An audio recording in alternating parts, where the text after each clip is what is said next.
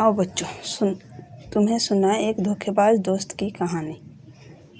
एक बार की बात है, एक जंगल में एक चालाक लोमड़ी रहा करती थी। वह इतनी चालाक थी कि वह अपने आप को बहुत ही जल्दी राजा बनने का सपना देखती। एक दिन शेर उसके पास आता है और कहता है कि अगर तुम कोई जानवर को मेरी गुफा में लाओगी तो मैं आधा मांस तुम्हें दे दूंगा खाने के लिए, क्योंकि तुम बहुत चालाक हो और तुम अपनी चालाकी से कोई भी जानवर को मेरी गुफा में ला सकती हो।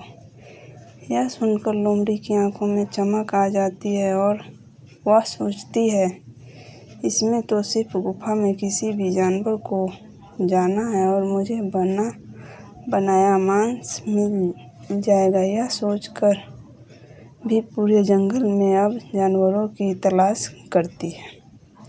तभी उसे एक हिरन दिखाई देती है। वह इस हिरन को देखकर बहुत खुश हो जाती है और मज़े में सोचती है कि इसका गोश्त कितना नरम होगा, क्योंकि इस हमेशा हरा हरा चारा खाती है।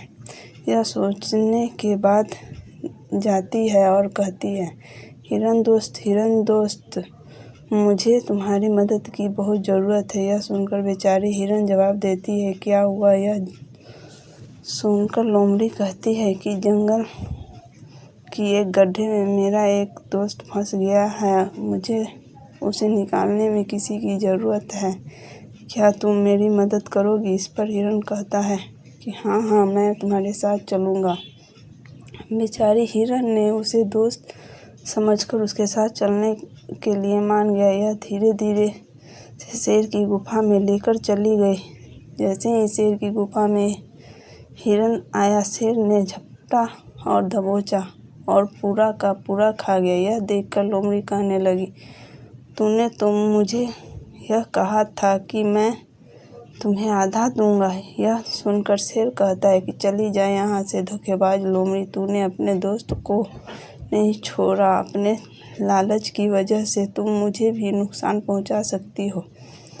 यहाँ भी निकल जा, तुम्हें एक भी मांस का टुकड़ा नहीं दूंगा। लोमड़ी ने अपने दोस्त से धोखेबाजी की और उसे मांस भी नहीं मिला।